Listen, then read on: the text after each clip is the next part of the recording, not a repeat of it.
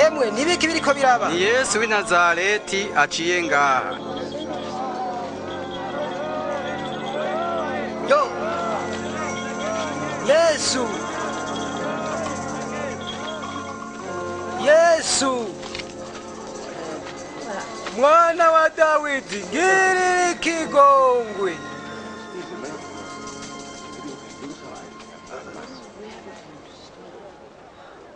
Ugomba ko ngukorera iki? Ndagomba guhumuka.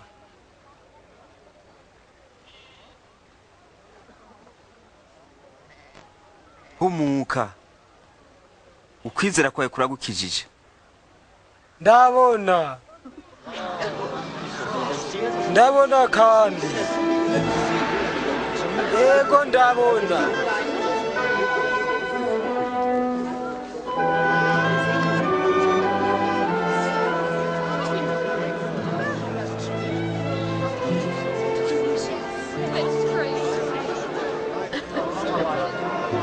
Yesu akiri mu nzira agiye Yerusalemu, ishengero rinini riza kumusanganira, abantu bamubaza ngo abereke inzira y'agakiza, kandi ngo abigishe ibindi byinshi by'ubwami bw'Imana.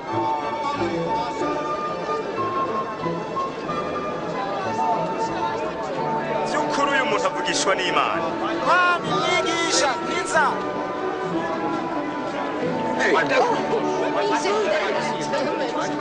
Mwami, dukize. Imana ishimwe.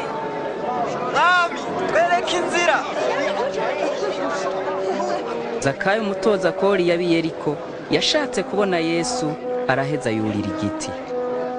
Eheraba agiye kumutoza kori. Ururuka Zakayo, kuko uyu munsi ndari wawe. Munzi wanje. Ninde yoza kurara ku muntu nk'uyo?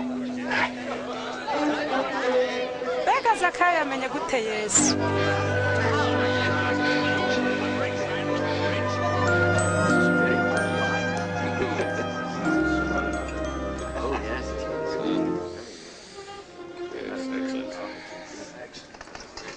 Umve, ndatanga igice cy'ivyo ntunze kuboro, kandi umuntu wese noba narivye ndabimuriha inshuro 4.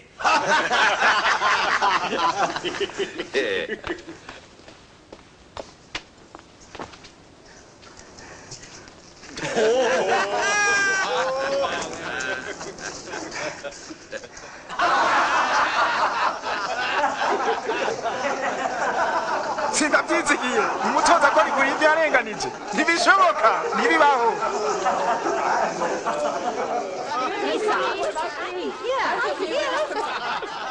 Uyu munsi agakiza kinjiye muri iyi nzu, kuko n'uyu ni umwuzukuru wa Aburahamu, umwana w'umuntu yazanywe no kurondera no gukiza icari cyarazimiye.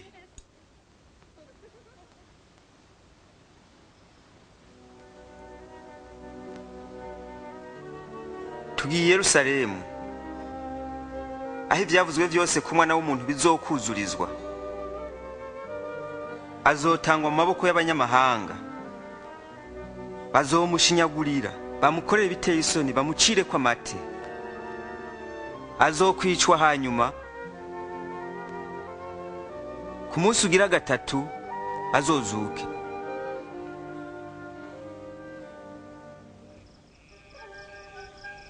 Yesu agiye Yerusalemu.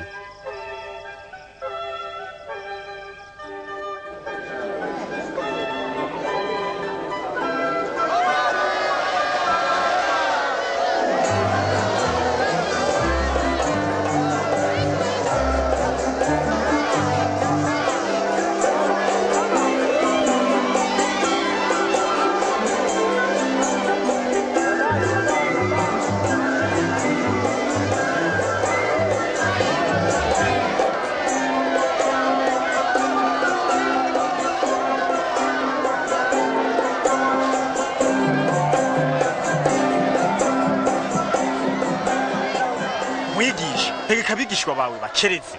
Ndababwire naho bocereza, amabuye yoca atangura gusemerera. Amahoro mwamenye n'ingabo.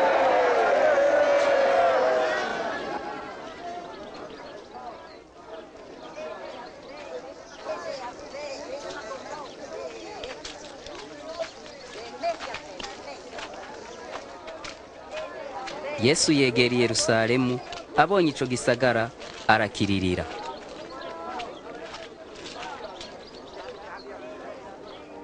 Iyaba wewe kuri uyu munsi waruzi inzira y'amahoro, ariko noneho birahishijwe mu maso yawe. Iminsi izoza aho abansi bawe bazokurundira ikirundo c'amabuye bakagukikiza bakakugariza impande zose, kandi uzicigwaho. Bazokwica abana bawe, kandi ntibazogusigariza ibuye na rimwe rigeretse ku rindi, kuko utamenye ukuza kw'Imana yawe.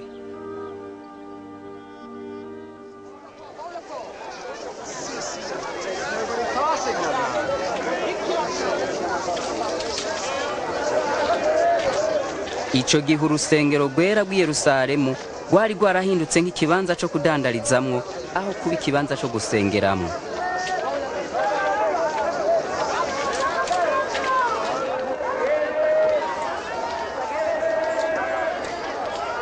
Indwi, umunani, icenda, cumi, cumi n'icenda, 20.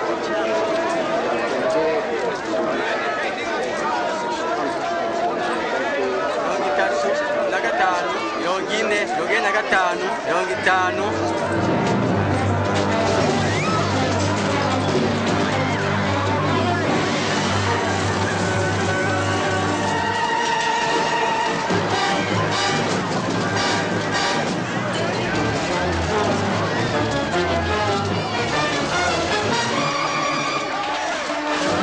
Yanditswe ngo ingoro yanje izoba yo gusengeramwo, ariko mwayihinduye nk'isenga ry'abambuzi.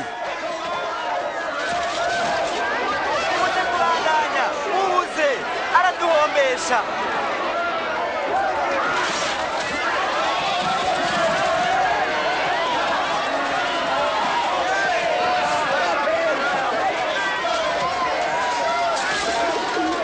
Hamagara abarinzi, hamagara abarinzi. Bamwe mu baherezi bakuru barushaho kumugwanya kuko abantu bemera Yesu nk'umwami.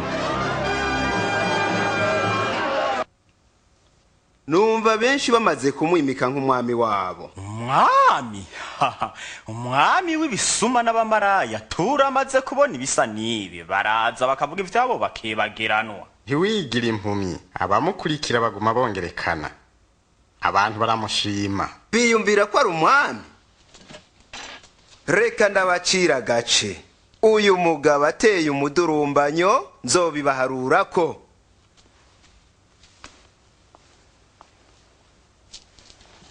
Ntabeshi ngo tuje kuraba uyo munyagalilaya.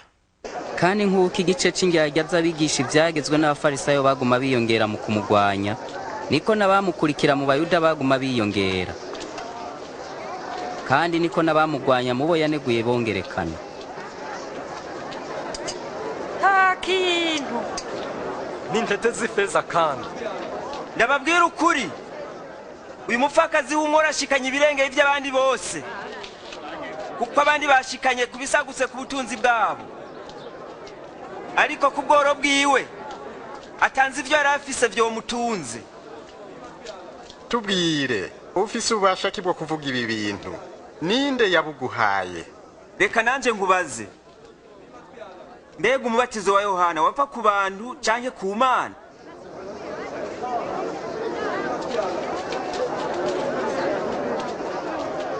Twomwishura iki? Nitwavuga ko wavuye ku Mana, aca tubaza ati ko mutizeye Yohana. Naho nitwavuga ku muntu, iri shengero ryo dutera amabuye. Bose bemeye ko Yohana ari umuvugishwa n'Imana. Natwe ntituzi aho wava. Nanje sindababwira aho nkuru ububasha bwo gukora ibi bintu.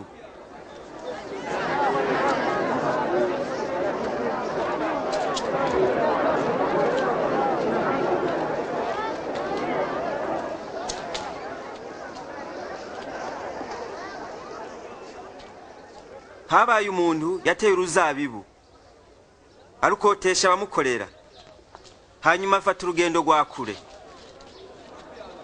Igihe cyo kwamura uruzabibu kigeze, arungika umushumba kuri bo ngo bamuhe igice c'ivyo bimbuye. Ariko abakozi baramukubita ntibagira ico bamuha, nuko arungika uwundi, nawe nyene baramukubita bamwakira ruja, bamurungika imbokoboko. hanyuma arungi kuwa gatatu, ariko abakozi bamuca inguma bamuterera hanze. nyene uruzabibu aribaza ati nkora iki? reka ndungi ku mwana wanje, mu by'ukuri bazomwubaha. ariko abakozi bamubonye baravugana bati, uyu ni umuhungu wiwe, reka tumwice iragira itwegukire. Tubwire ibindi. bamuterera inyuma y'uruzabibu baramwica. mbega nyene uruzabibu azogirira gute abo bakozi? azoza abice kandi ahubwo ruzabibu abandi bakozi. none ibi vyanditswe bisobanura iki? ibuye ryagawe n'abubatsi ko atakamaro niryo ryahindutse rigumye imfuruka. uwuzogwa kuri iryo buye wese azovunagurika, ariko kandi uw'iryo buye rizogwa ko wese rizomuvungura. Mwigisha, turazi ko ivyo uvuga n'ivyo wigisha ari ivy'ukuri. Turazi ko utigera utinya igihagararo c'abantu, ariko ko wigisha inzira y'Imana vy'ukuri. Tubwire, mbega biremewe ko dutanga ikori rya Kayisari canke ntivyemewe? Mwigisha wirinda n'uruhendo. munyereke ikingorongoro.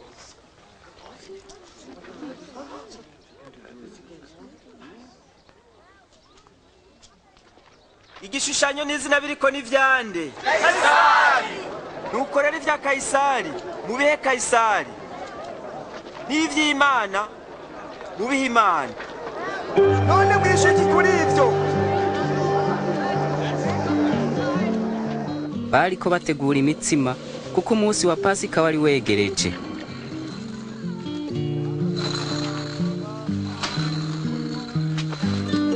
nuko Yesu atuma Simoni, Petero na Yohana gutegura ibyo kurya vya Pasika.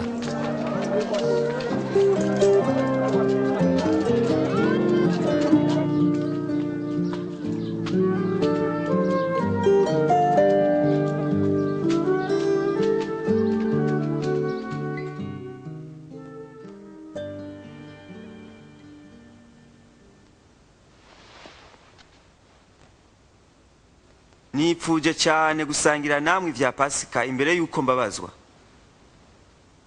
ndababwira ukuri, sinzosubira kuyijya ko kugeza aho izoshikira mu bwami bw'Imana.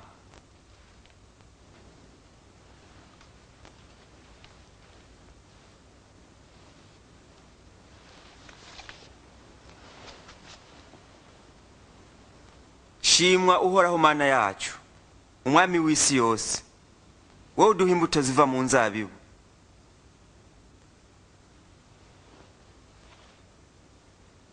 akira musangire, kuko ntazongera kunywa kuri izi nzabibu kugeza ubwami bw'Imana buje.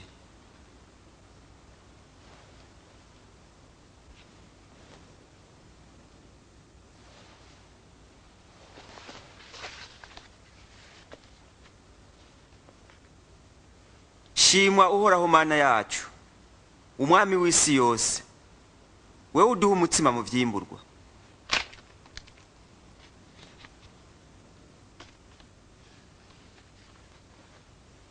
uyu ni umubiri wanje utanzwe ku bwanyu, mubikore munyibuka.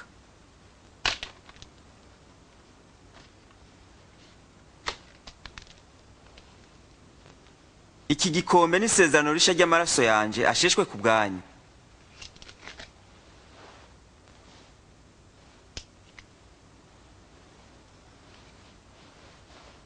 ariko raba ikiganza cyungurishije turiko turasangira, ni ivy'ukuri umwana w'umuntu akwiye gupfa nk'uko Imana yabiteguye, ariko hagowe umuntu amugurishije. Nibikabe. Ivyo ndibibaho. Nibishoboka. Umuhemutse n'indega mwami.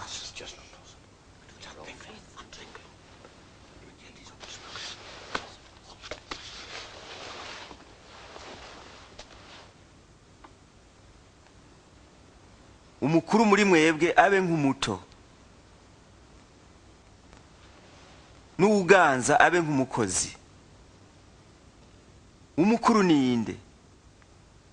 nuwicara kurya gusa, canke nuwumukorera? nuyakoregwa. ariko jewe ndi hagati yanyu nk'ubakorera.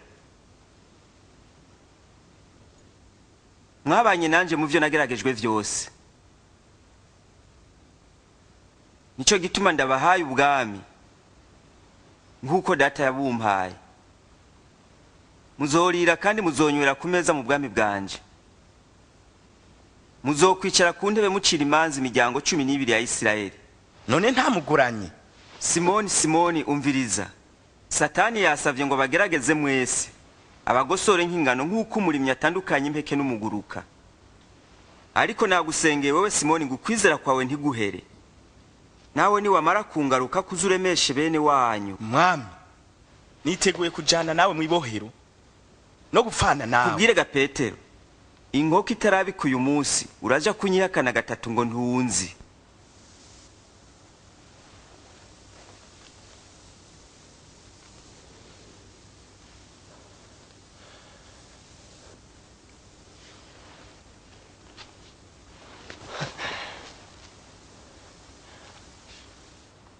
Igihe nabatuma mudafise isaho n'ibirato hari ico mwabuze?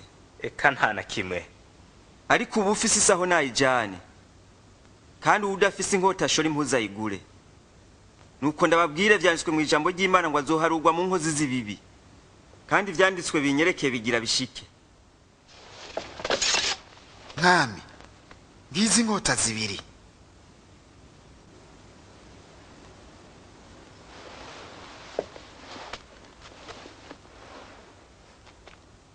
Zirahagije. Inama y'abashinga ntaho irakorana yihweza uburyo bwo kwica Yesu. Nuko Satani yinjira muri Yuda Iskariyota, umwe muri bamwe 12. Aja kubaherezi bakuru ngo aza mubaronkere. Yesu ava i Yerusalemu aja ku musozi Elayono gusenga.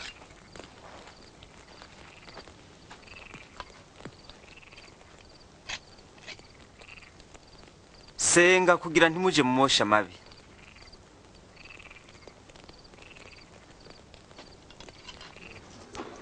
Yuda agurisha Yesu amafaranga 30 gusa.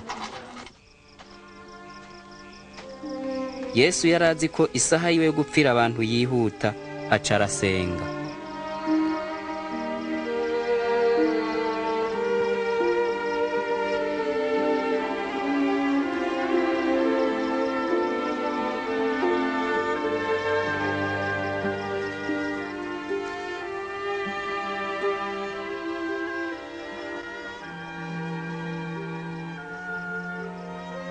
Data, ihimba bigomba kuri iki gikombe kindengane, ariko ntibibe nk'uko jewe ngomba, yamara bibe nk'uko ubishaka. Umumarayika avuye mu ijuru aramubonekera muha inkomezi, kandi icuya ciwe cacunjubuka hasi nk'amama y'amaraso.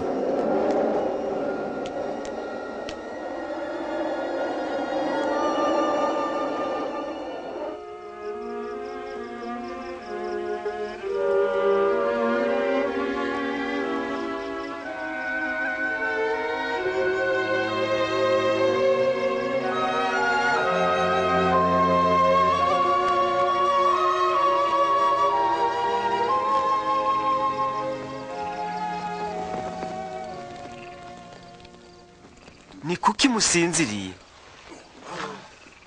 Nimuvyuke musenge, ntimuje mu mosha mabi.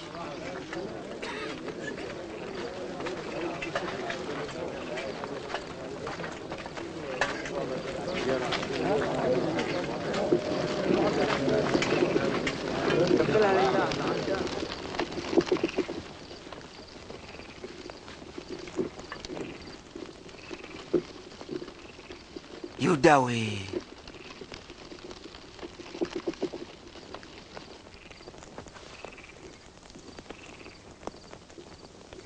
mbega ugurisha umwana w'umuntu mu kumusoma? Mwami, tubarigite n'inkota.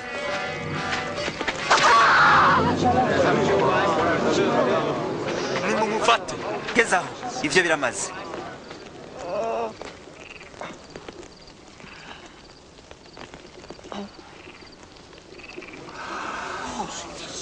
Igitangaza. Mwaje kumfata muzanye inkota n'amahiri nkaho ndi umwambuzi. Nabanye namwe mu rusengero kandi mwagerageje kumpagarika. Ariko iyi niyo saha yanyu yo gukora. Ni igihe cy'ububasha bw'umwiza.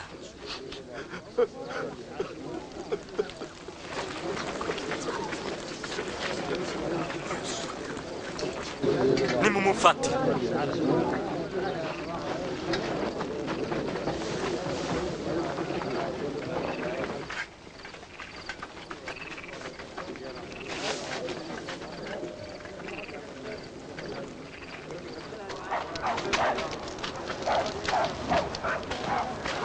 Mumurinde neza.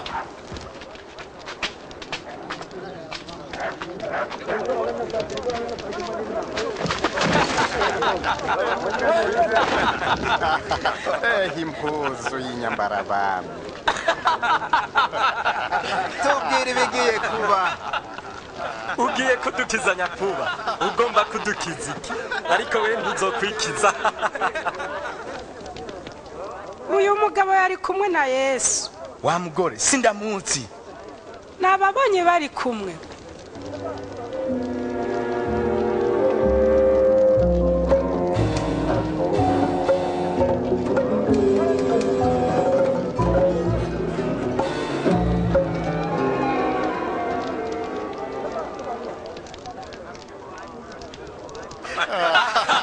Turabasukuru bawe baciye buguru.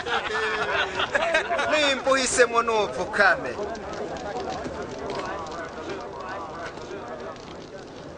Uri uwo muri bo nawe wenyene? Reka sindiwe.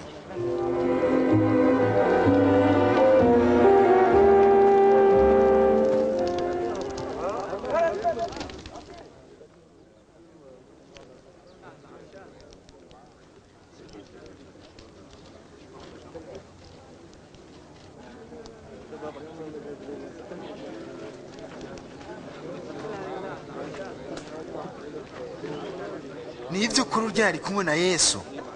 Bitaye ko n'umunyagalilaya. Cahiyo. Sinzi nivyo uri kuravuga.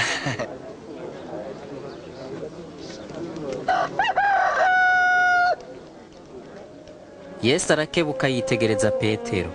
Nuko Petero yibuka rya jambo ry'umwami yamubwira ngo inkoko itarabika uranyihakana gatatu.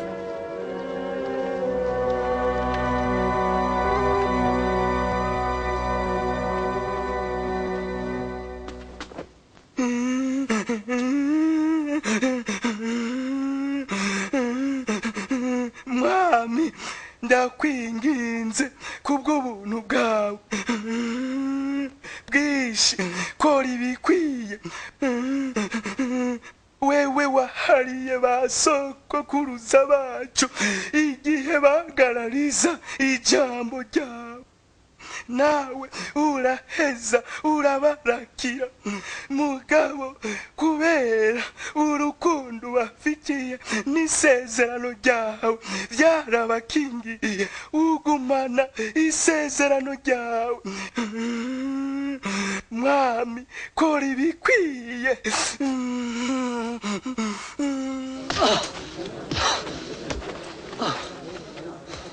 Ninda gukubisa mumenye. Vugishwa rero. Ninde aza kugukubita? Gezaho. Gezaho ndabivuze. Ni mu mujyana imbere y'abacamanza. Va hasi.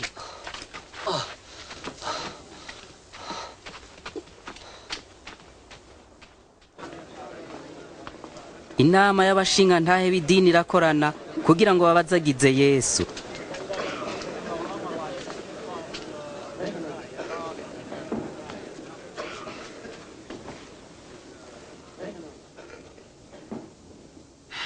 Tubwire, mbega uri Mesiya? Ndabibabwiye. Ntimwovyemera. Kandi ndababajije ikibazo ntimwonyishura.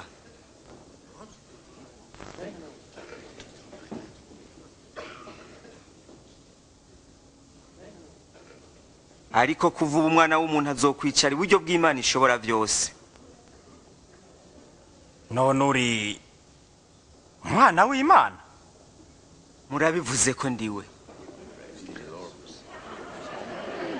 none ni ndamugubasha akwiye guhanwa akwiye guhanwa. natwe nyene twiyumviye ivyo yavuze.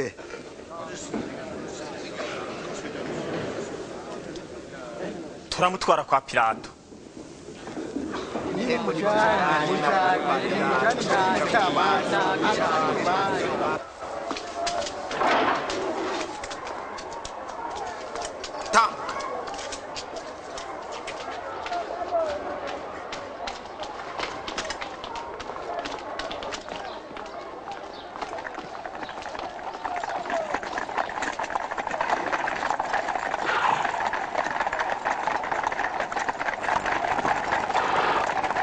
nuko bamujana imbere ya Ponsiyo Pilato umucamanza kaminuza mu bacamanza bose b'Abaroma, niwe yatumye ibihumbi by'abantu babambwa. murondera iki ngaha muri iki gitondo? twafashe uyu mugabo azimiza abantu bacu. yateye umugumuko mu isoko yo mu rusengero. igihano kiwe cyo bikihe? akwiye guhanwa. ntacotsindisha uyu mugabo, mbona ata mpamvu nimwe. atsinzwe n'urubanza, abuza abantu gutanga ikori rya Kayisari. yiyita Mesiya, umwami. umwami? mbega uri umwami w'Abayuda? Urabivuze. yahereye i Galilaya none ubu yaje hano. i Galilaya? uyu mugabo n'umunyagalilaya? nimba ari uko, reka Herode aje mu vyiwe. aracyari hano i Yerusalemu, siko? mujane kwa Herode.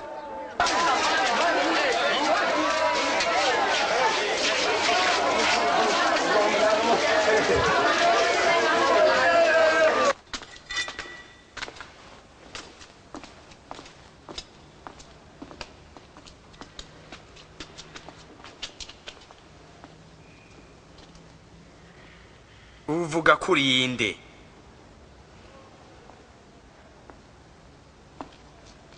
ni bande wita abigishwa bawe?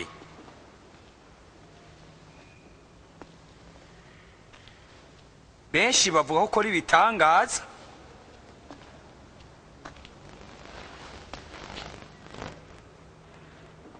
mbwirira bimwe. mwami wanje yamye azimiza abantu benshi, kandi yiyita umwami. uyu mugabo umwami?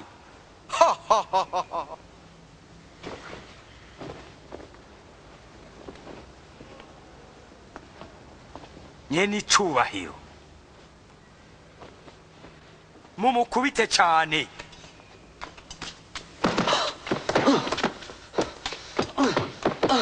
musubize kwa Pilato ahari mu ntara yiwe.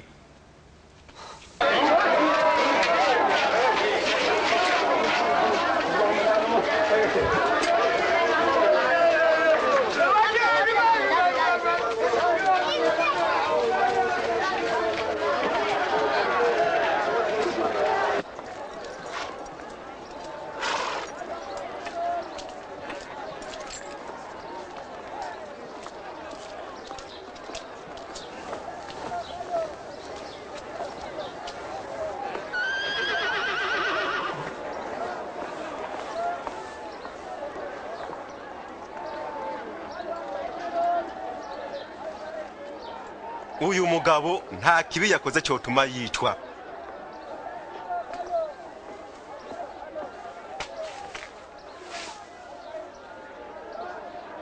ndamukubitisha gusa, ndamureka agende.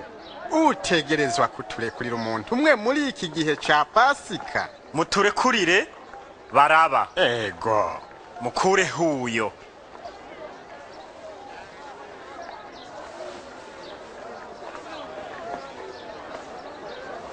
Mubambe. Yesu nabambwe. wewe nawe mukubite.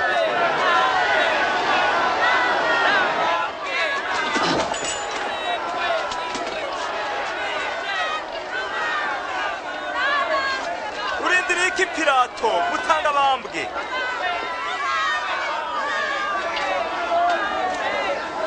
Yesu!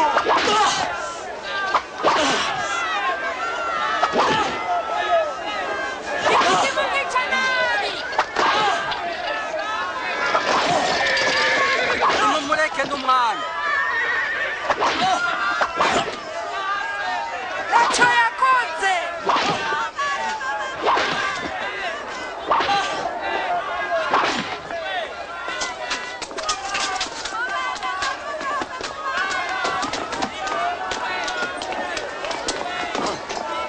muhagurutse. nuko Pilato acira Yesu urubanza rwo gupfa, ekura Baraba uwo abantu bari bashize mu ibohero kubera ubwicanyi bwiwe, kandi atanga Yesu ngo nabambwe.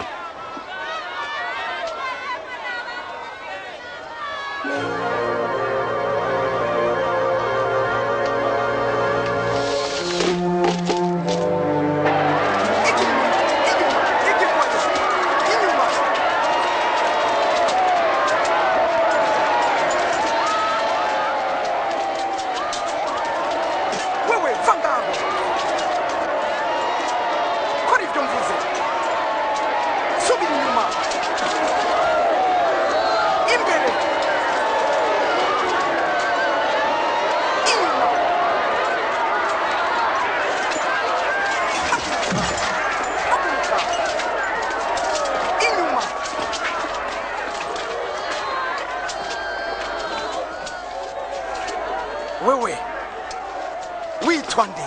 Simoni Umunyakurene. Ngwino imbere. Cagagura imigozi. Wikorere. Ibandanya. Inyuma. Inyuma. Mureka.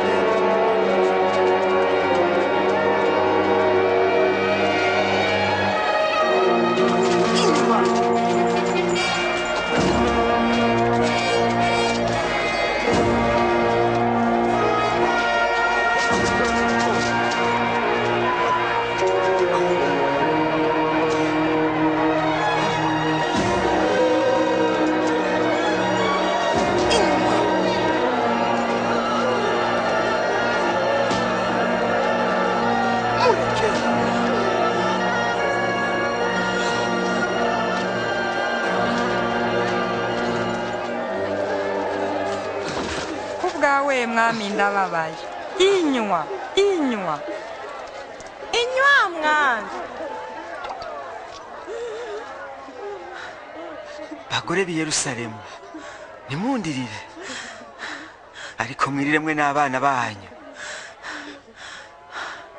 Nimba ibi bishikiye igiti kikiri kibisi, mbe bizomera bite ku cyumye?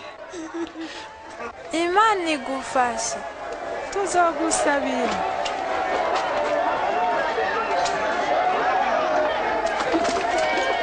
Genda. Hafi. Bandanya. Genda. Nyaruka. Hafi. Genda. Nyaruka ningoga. Ningoga. Bandanya. Genda. None genda. Genda.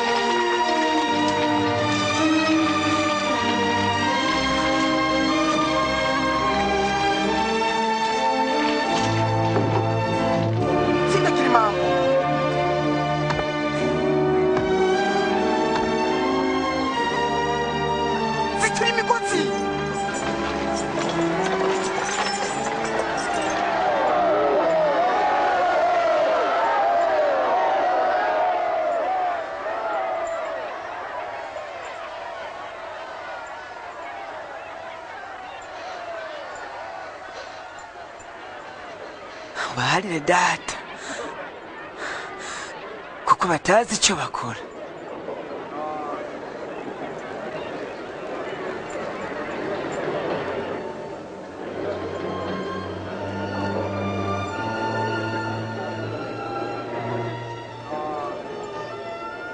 yakijije abandi none niyikize nambara watoranijwe n'Imana. niba muri Mesiya niwikize maze wikure ku musaraba. Twereke ibitangaza.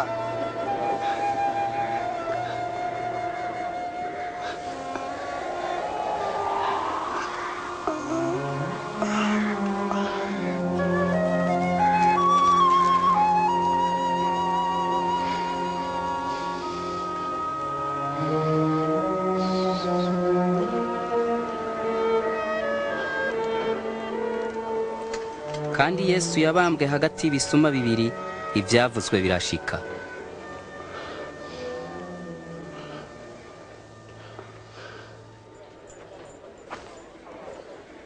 iyi si mpuzu y'igitangaza.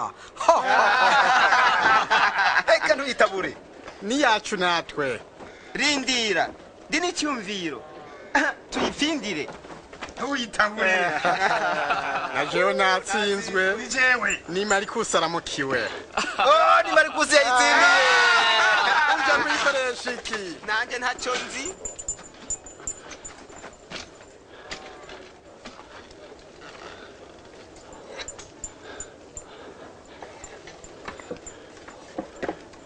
kandi icandiko cashizwe ku mutwe wiwe kivuga ngo nguyu umwami w'Abayuda.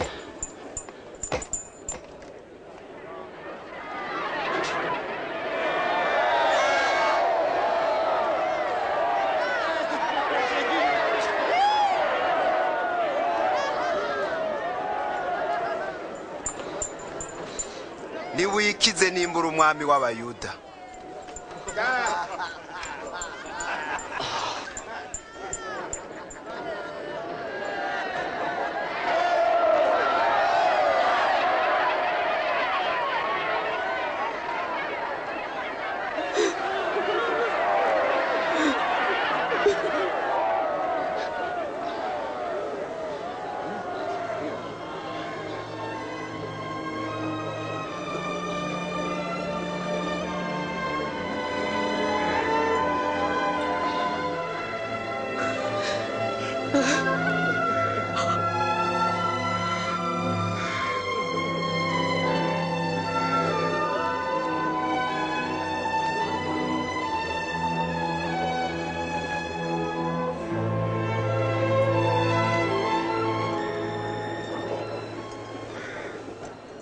none nturi Mesiya, ni wikize hanyuma udukize. Nutinya n'Imana aciriwe urubanza rumwe nk'urwacu, ariko we nta kibi yakoze.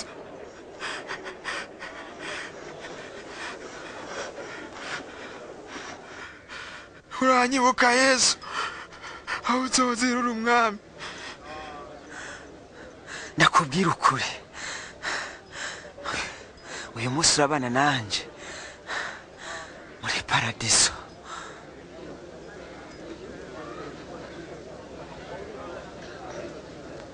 Cari igihe cy'isaha 6 z'umurango, ubwira kabiri buba mu gihugu cose kumara amasaha 3 kugeza isaha 9 z'umugoroba.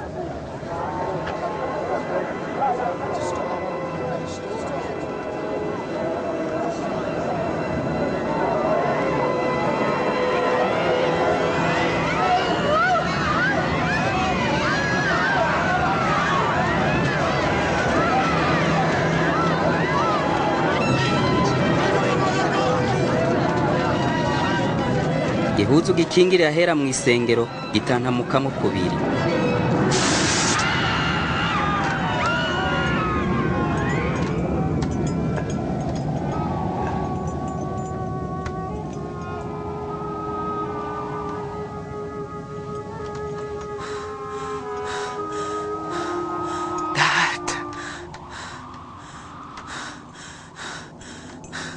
maboko yawe niho nshize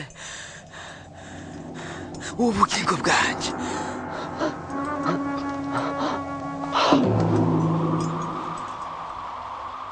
umugabisha w'abasodija nabonye ibibaye ahimbaza Imana ati,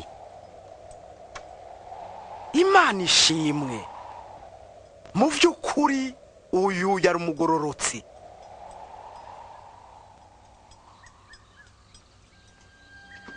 Yosefu w'i Arimataya, umwe mu bagororotsi bari mu nama y'idini, ntiyari afatanije n'ababambye Yesu, aronka urusha rwa Ponsiyo Pilato rwo guhamba ikiziga ca Yesu mbere y'uko umunsi w'isabato utangura ku mugoroba.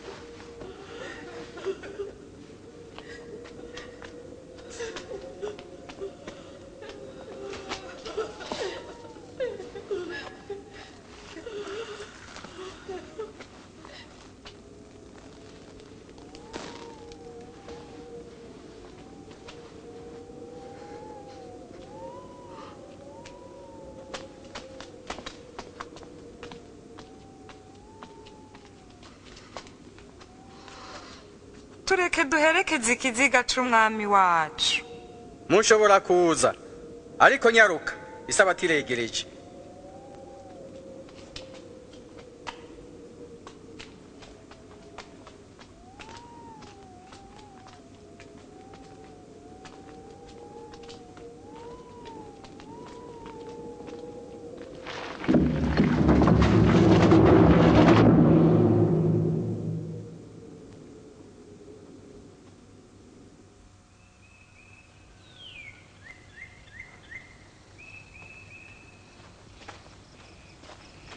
Mu gitondo ca kare kuwa mbere w'isabato baza bazanye ibimota neza bari bateguye. Basanga ikibuye catembagajwe cavuye kumva, ariko binjiye ntibahasanga ikiziga ca Yesu.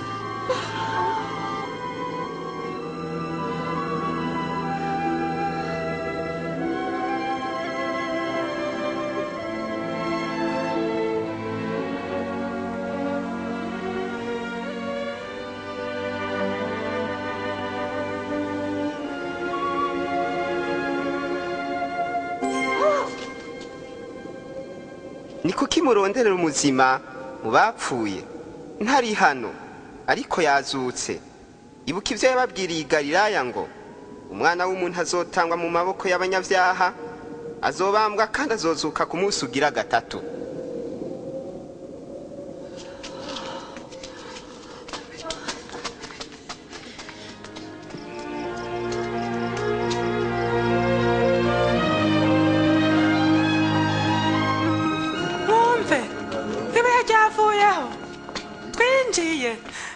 N'umubiri w'umwami wacu ntawe arimo.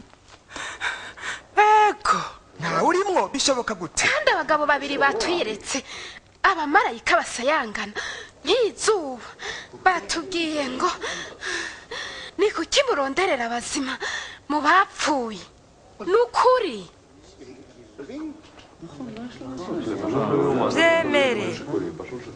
vyemere twababonye, genda mwirabire, imvira yarangaye, umwami wacu si yari. Petero, vyemere.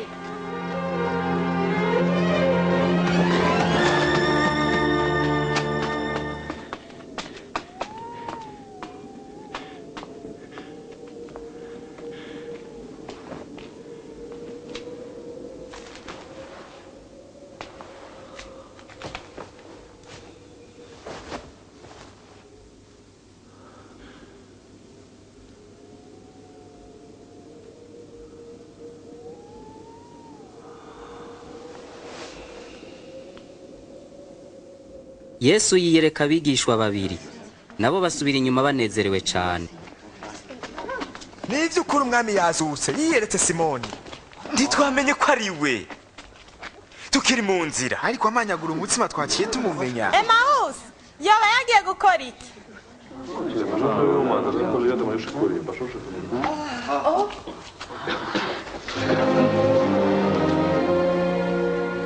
Mahura bane namwe.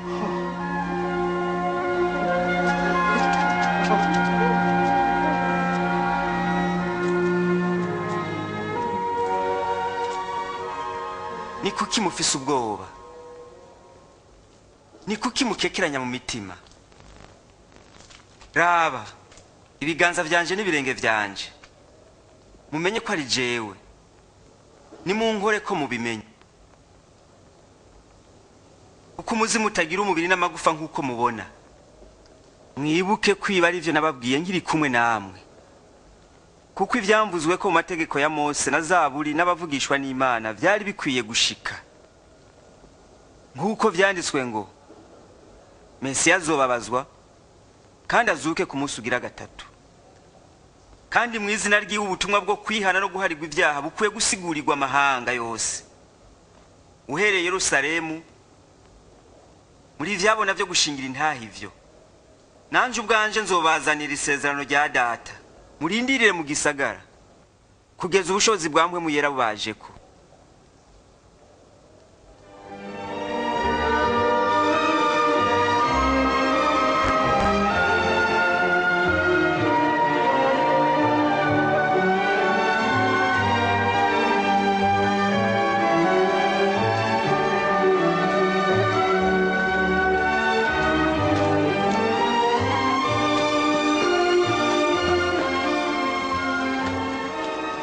Imani bahezagira ibazigame.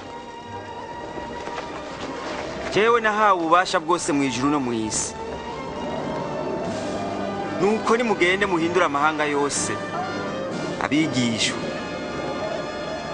Mwabatiza mu izina rya data n'iry'umwana n'irya mpwemu yera. Kandi mubigishe kwitondera ivyo nabageze vyose. Umve ndi kumwe namwe kugeza ku muhero w'isi.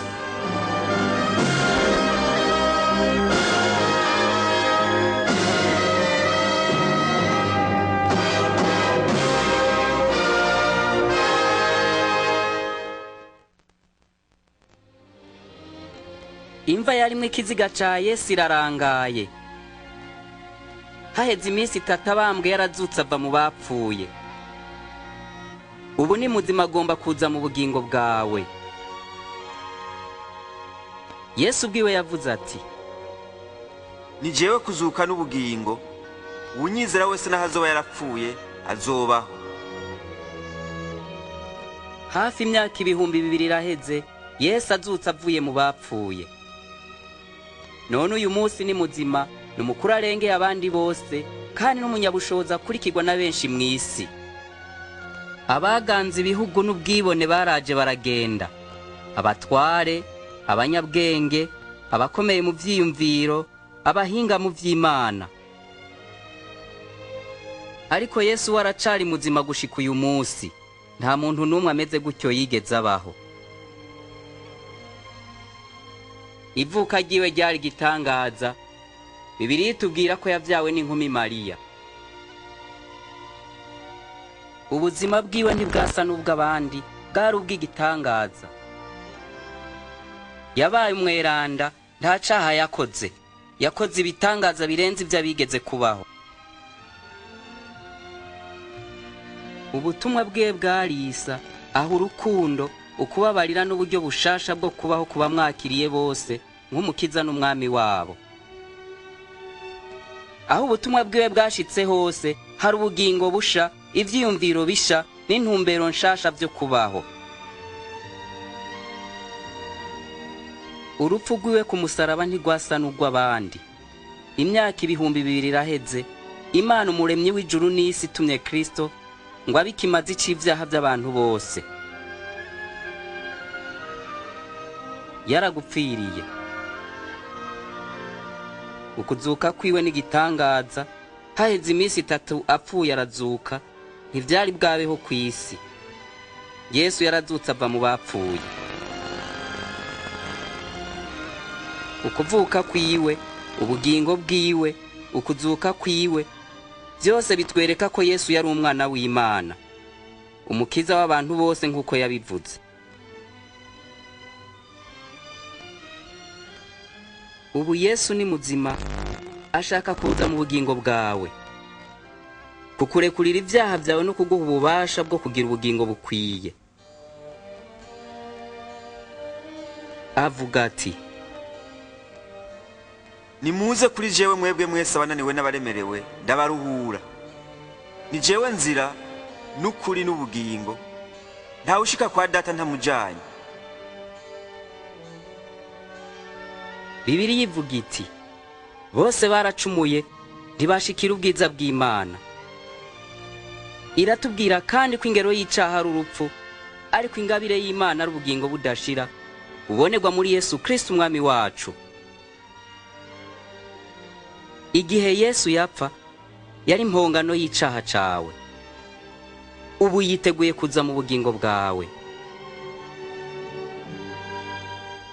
Ehe mpagaze ku rugi ndaramukije. Umuntu niyumva ijwi ryanje akugurura urugi, ndinjiriwe.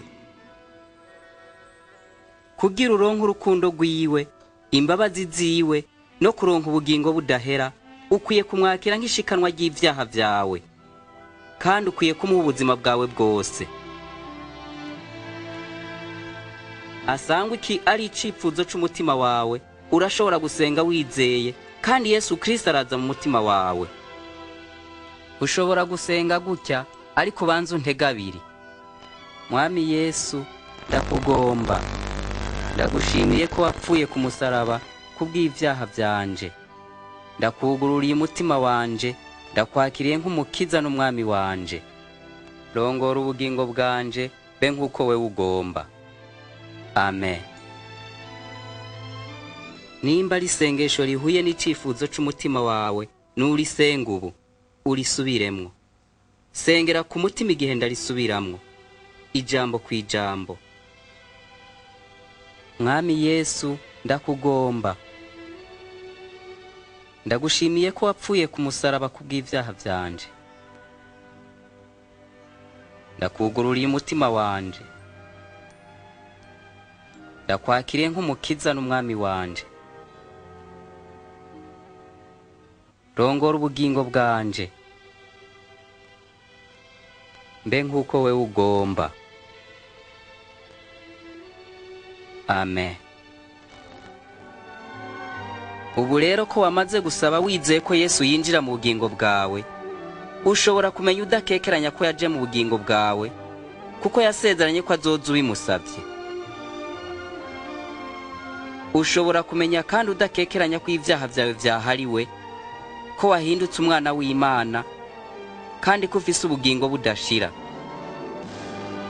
Ni waba ugomba kugira ubugingo bwiza, kandi bukwiye nk'uko Yesu yabisezeranye, bibwire Yesu mu masengesho yawe, rondera ukugomba kwiwe, imigambi agufitiye mu gusoma ijambo ry'Imana, kandi mu gukoranira hamwe n'abandi bamukunda, kandi bamukurikira. Mu kurangiza wibuka amasezerano yiwe. Sinzogusiga nk'imfuvyi, sinzoguheba. Ehe ndi kumwe nawe iminsi yose, gushika ku muhero w'isi.